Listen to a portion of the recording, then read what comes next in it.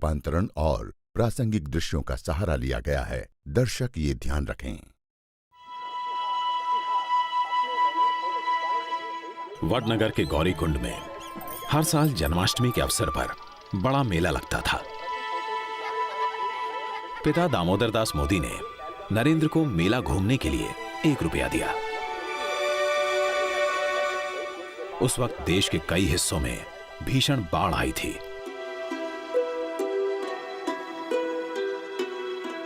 नरेंद्र ने दोस्तों से बात की और सबसे 1-1 रुपया लेकर मेले में चाय का स्टॉल लगा लिया। अपने घर से स्टोव और बर्तन ले आया। चाय बनाना तो वो जानता ही था।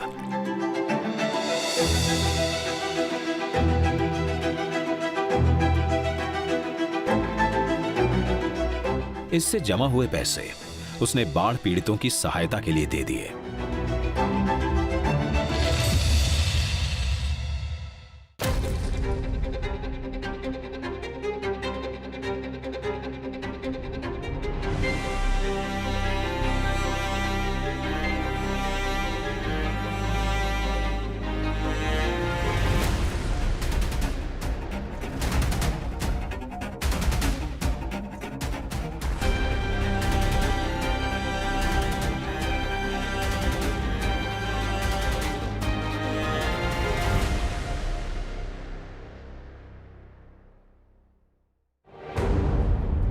साल 1973 अहमदाबाद के LD इंजीनियरिंग कॉलेज का हॉस्टल।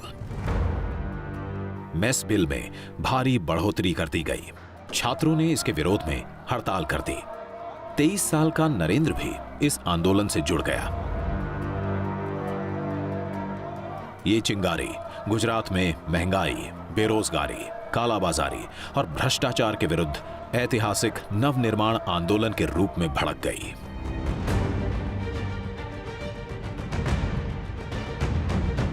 खास तौर पर युवाओं ने यूनिवर्सिटी में यह आंदोलन का केंद्र बना दिया।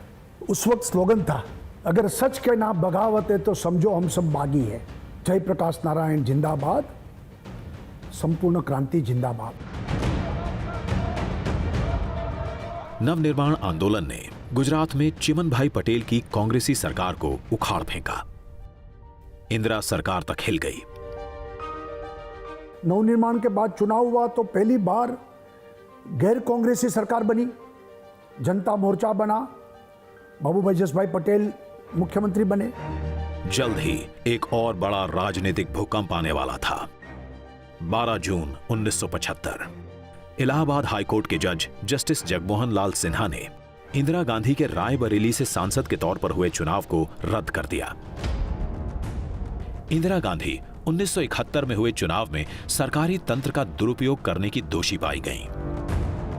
इलाहाबाद हाईकोर्ट के फैसले को इंदिरा ने सुप्रीम कोर्ट में चुनौती दी। देश की सबसे बड़ी अदालत से भी उन्हें खास राहत नहीं मिली। 25 जून 1975 की रात इंदिरा गांधी ने पूरे देश में इमरजेंसी लगा दी। भाइयों और बहनों, राष्ट्रपति जी ने आपातकाल की घोषणा की है। राष्ट्र की अखंडता के लिए कठोर कार्रवाई करना जरूरी है। मैं आपको ये विश्वास दिलाना चाहती हूँ कि इस नए आपातकाल की घोषणा से कानून प्रिय नागरिकों के अधिकारों पर किसी प्रकार से असर नहीं पड़ेगा और नागरिकों के मौलिक अधिकार छीन लिए गए। प्रेस पर सेंसरशिप लाद दी गई। अखबारों को सरकार के खिलाफ एक भी शब्द लिखने का अधिकार नहीं था। उस वक्त टीवी नहीं था, ज्यादातर प्रिंटिंग प्रेस था, उसके माध्यम से मीडिया चलता था। तो शाम को आपका जो न्यूज़पेपर बना हो वो पुलिस स्टेशन में दिखाना पड़ता था। उसमें से अगर इंदिरा गांधी के खिलाफ कुछ है तो निकालना पड़ता था, कांग्रेस के खिलाफ कुछ है तो निकालना पड़ता था। विपक्ष के बड़े नेताओं के साथ लाखों की तादाद में आम लोग गिरफ्तार किए गए। 25 जून 1975 का दिन भारत के इतिहास में एक कलंक दिन के रूप में याद किया जाएगा। इमरजेंसी के काले दौर में 25 साल का युवा नरेंद्र भी लोकतंत्र बचाने की लड़ाई में शामिल हुआ। पुलिस नरेंद्र को ढूंढ रही थी। लेकिन कभी साधु तो कभी सरदार बनकर वो लगातार अपना काम करता रहा। हम भावनगर कारागार में थे। मैं साधना साप्ताहिक का संपादक था और सेंसरशिप के खिलाफ लड़ा, इसलिए मैं वो कारागार में था। हम 1 साल रहे। उनको कुछ पूछना था तो वेश बदल कर आ गए वो जेल में। मुझे मिले और भी लोगों को मिले, तो ये उनका साहस का स्वभाव था। नरेंद्र गुजरात ही नहीं, गुजरात के बाहर से आए तमाम नेताओं की भी हर संभव मदद करता रहा।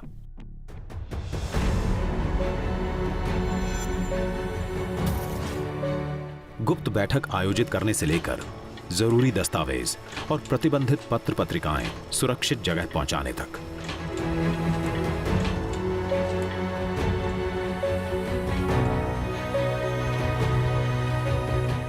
जो काम है समाज में जागृति लाने का, यानी कि अलग अलग पत्रिकाएं जो होती थी, जो न्यूज़पेपर में नहीं आते थे सेंसरशिप के नाते, तो वो फैलाना, कई ऑर्गेनाइजेशन की जो गतिविधि चल रही है वो समाज में लाना और विदेश में पहुंचाना, ये सब कार्य करने वाले अंडरग्राउंड वर्कों में नरेंद्र भाई मुख्य थे।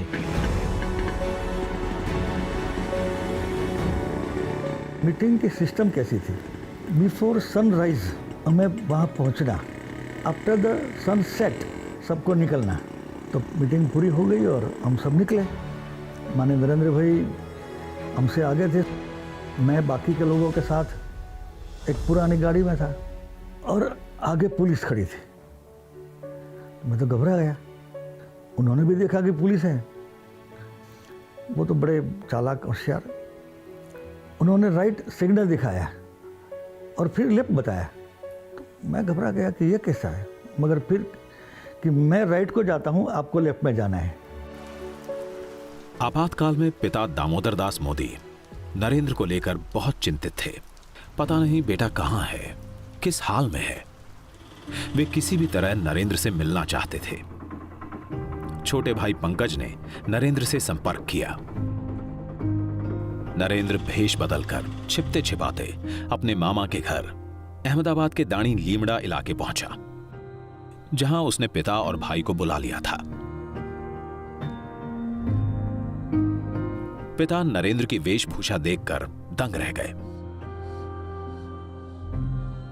आपातकाल के खिलाफ लड़ाई में नरेंद्र की भूमिका को जाना तो गर्व की अनुभूति हुई।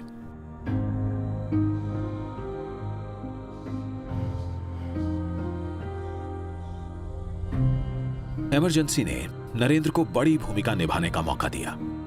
संघ के साथ ही गांधीवादी, साम्यवादी सभी विचारधाराओं को जानने समझने का अवसर मिला।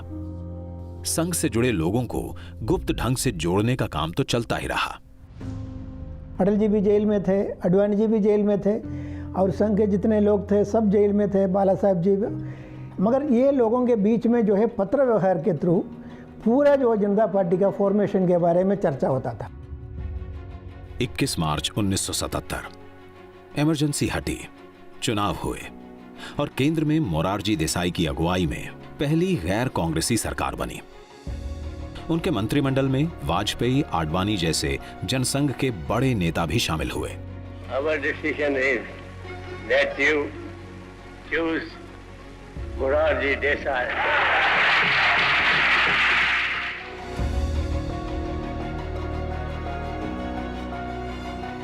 देश में नए राजनीतिक समीकरण बने। नरेंद्र को भी नई जिम्मेदारी मिली। उसे गुजरात से संबंधित आपातकाल का इतिहास लिखने को कहा गया।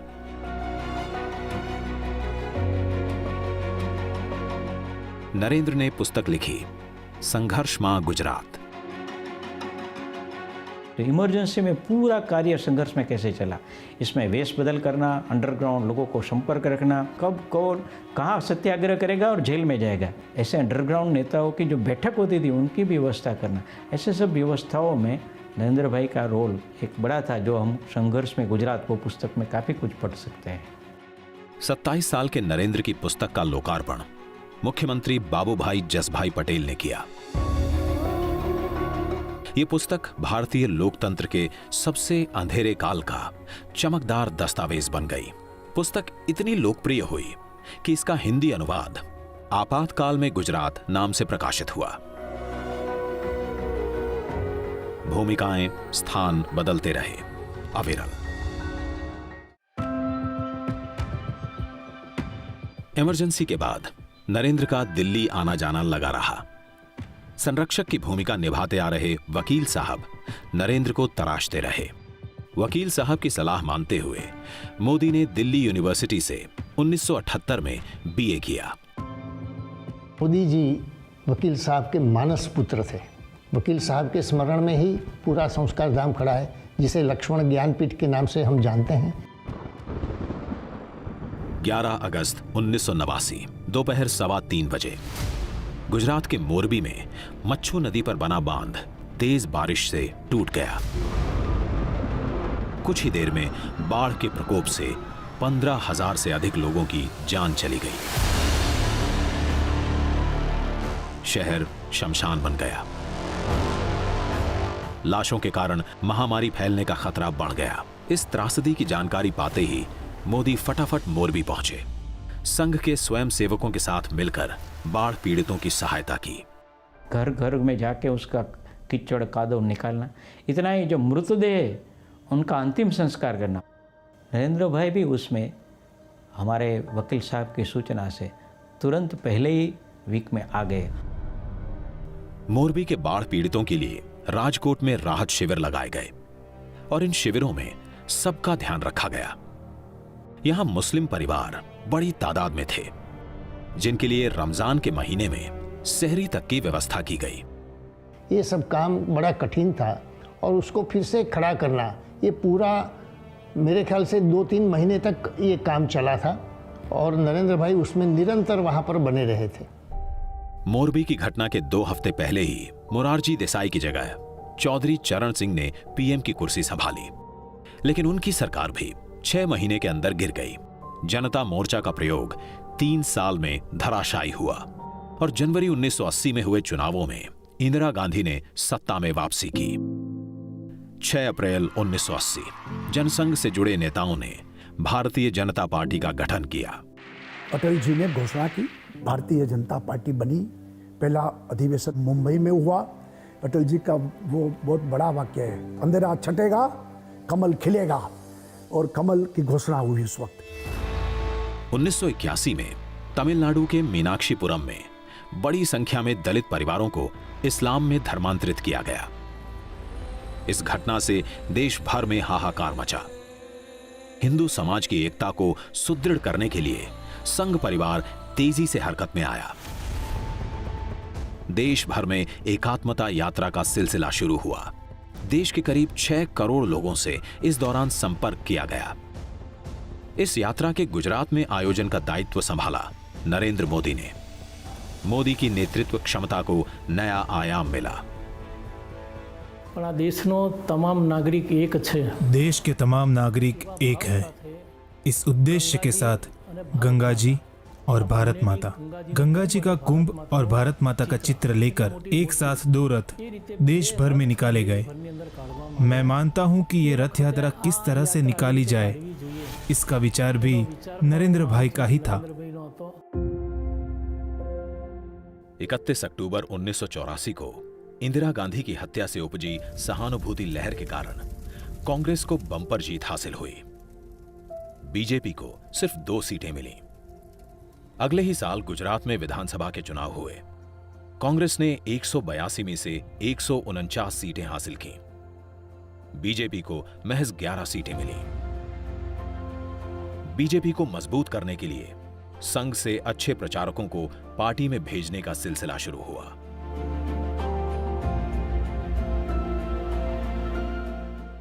दिसंबर 1986 आरएसएस के तत्कालीन सरसंघ चालक बाला साहब देवरस के निर्देश पर नरेंद्र मोदी भारतीय जनता पार्टी में भेजे गए। 1.5 दशक से संघ के कार्य को विस्तार देने में लगे मोदी नए रास्ते पर निकल रहे थे। हृदय के उद्गार कविता में बह निकले। मां, मैं जानता हूं इस शरीर को अब एक नए रंगमंच पर ले जाना है। नए रंगमंच के अनुरूप इसकी साज सज्जा करनी है। मन, बुद्धि, हृदय, शरीर के इन सब अंगों को अब इस नए रंगमंच के अनुरूप ढालना है। He used to write it as a letter. अपने दिल में क्या उनकी उत्तेजनाएं हैं वो जगत जननी से बताते थे। उनको लगता है कि चाहे कितनी भी अंधेरी रात क्यों ना हो, चाहे कितनी भी मुश्किलात क्यों ना हो, वो माँ उनका हाथ पकड़कर उस मुश्किलात की घड़ी से उनको बाहर निकालेगी।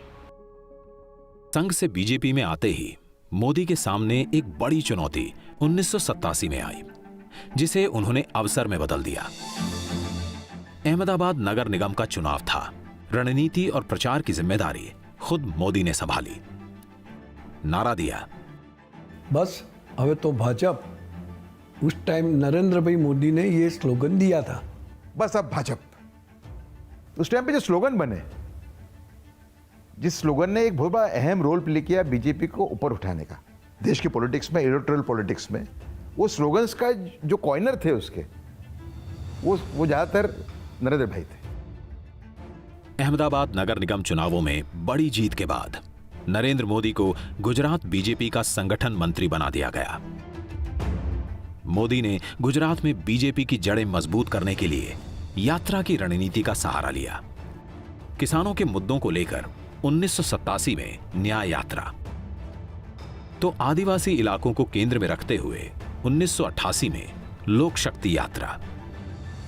तो जो प्रश्न, जो समस्या लोगों को पीड़ित करती थी, इस समस्या को लेके समस्या को हल कैसे किया जाए, उनका सुझाव देते हुए गुजरात में विविध क्षेत्रों में यात्रा हुई और इसी यात्रा से लोग जुड़ते गए।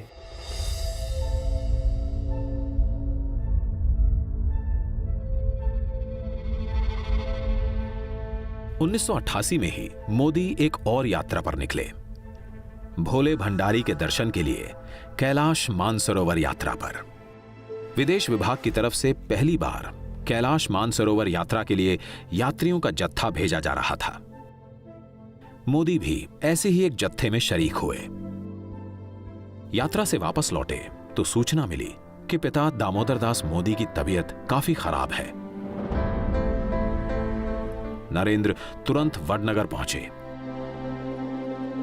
प्राण निकलने से पहले पिता मानो अपने कुमार का ही इंतजार कर रहे थे। बेटे से मुलाकात हुई और दामोदर दास मोदी ने सदा के लिए आंखें मूंद लीं। अगले ही दिन नरेंद्र नए पथ पर निकल पड़े, अविरल।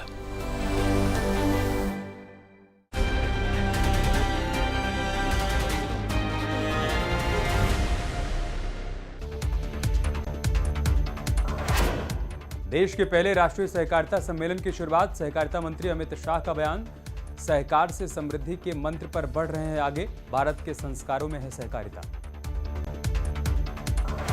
पीएम मोदी और जो बाइडेन के बीच कई मुद्दों पर हुई अहम चर्चा। आज शाम 6:30 बजे संयुक्त राष्ट्र महासभा को संबोधित करेंगे पीएम मोदी। कोरोना, आतंकवाद, जलवायु परिवर्तन जैसे मुद्दों पर रहेगा जोर। नरेंद्र गिरी की मौत मामले को लेकर सीबीआई और एसआईटी की मीटिंग, सीबीआई ने केस से जुड़ी जानकारी इकट्ठा की। अखिलेश यादव ने बीजेपी पर साधा निशाना, कहा बीजेपी ने ठुकराई ओबीसी समाज की गणना, ओबीसी को हक नहीं देना चाहती बीजेपी। यशपाल आर्य की कांग्रेस में जाने की अटकलों के बीच सीएम पुष्कर सिंह धामी पहुंचे उनके घर। चुनाव से पहले कांग्रेस में जाने की खबरें, मुलाकात को बताया जा रहा है अहम।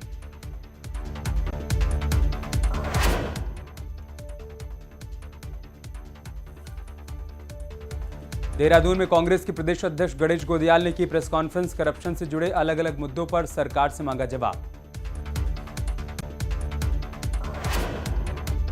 बरेली में बैंक लोन और रोजगार की समस्या को लेकर पूर्व केंद्रीय मंत्री संतोष गंगवार ने जिलाधिकारी के साथ मिलकर की समीक्षा बैठक। लद्दाख में देश के पहले हिमालयन फिल्म फेस्टिवल का शुक्रवार को हुआ आगाज। केंद्रीय सूचना और प्रसारण मंत्री अनुराग ठाकुर ने लद्दाख की राजधानी लेह में फेस्टिवल का किया उद्घाटन। नैनीताल में आम आदमी पार्टी के नेता कर्नल कोठियाल ने गांधी जी की मूर्ति पर किया माल्यार्पण। इस दौरान कोठियाल ने रोजगार गारंटी यात्रा को किया फ्लैग ऑफ। रोजगार गारंटी यात्रा को लेकर युवाओं में उत्साह। ट्विन टावर गिराने के आदेश के खिलाफ सुपरटेक ने सुप्रीम कोर्ट में दाखिल की पुनर्विचार याचिका। कहा निर्माण में नोएडा अथॉरिटी के सभी नियमों का किया गया पालन। मऊ में मुख्तार अंसारी की करीबी पर बड़ी कार्रवाई। बीटी इलाके में उमेश सिंह का 4 मंजिला अवैध शोरूम प्रशासन ने किया ध्वस्त। यूपी आबकारी का चौंकाने वाला फैसला। अब घर पर रख सकेंगे शराब की सिर्फ 4 बॉटल। 4 से ज्यादा बॉटल रखने पर लेना हो।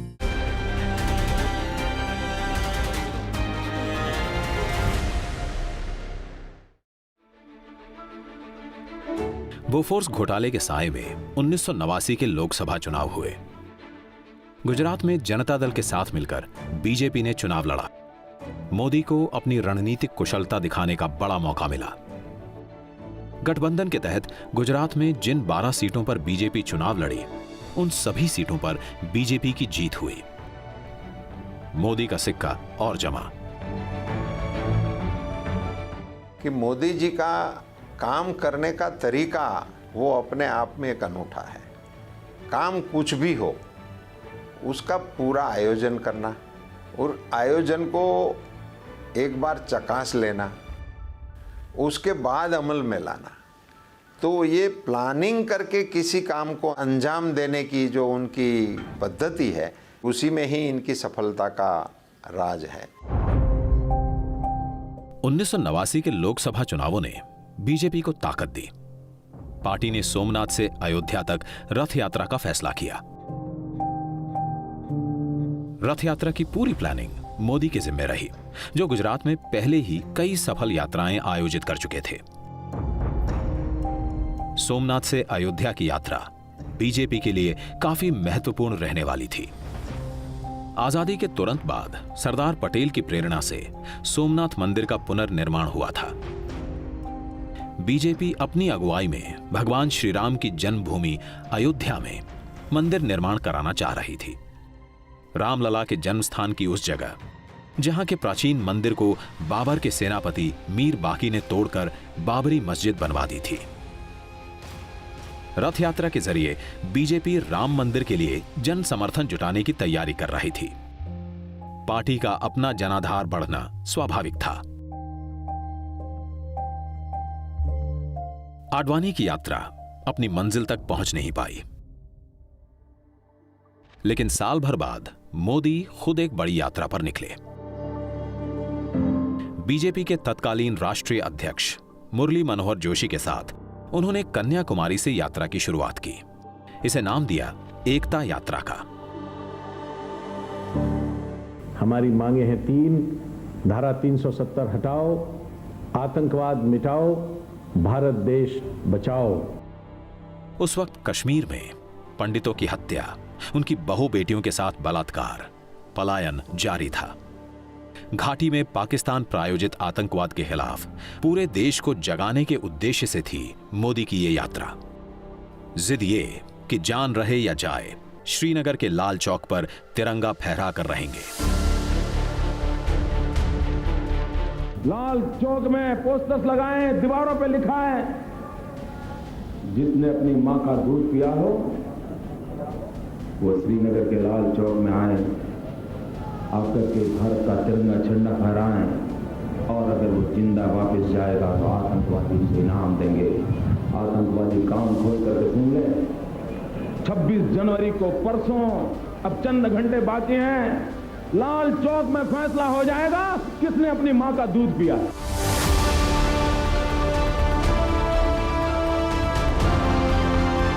आतंकवादियों की धमकियों के बावजूद 26 जनवरी 1992 को लाल चौक पर तिरंगा फहराया गया। तो माहौल इतना भावुक था देश के लिए, एकता के लिए, कि मरने के लिए हम सब कार्यकर्ता एकदम जुस्सा में था।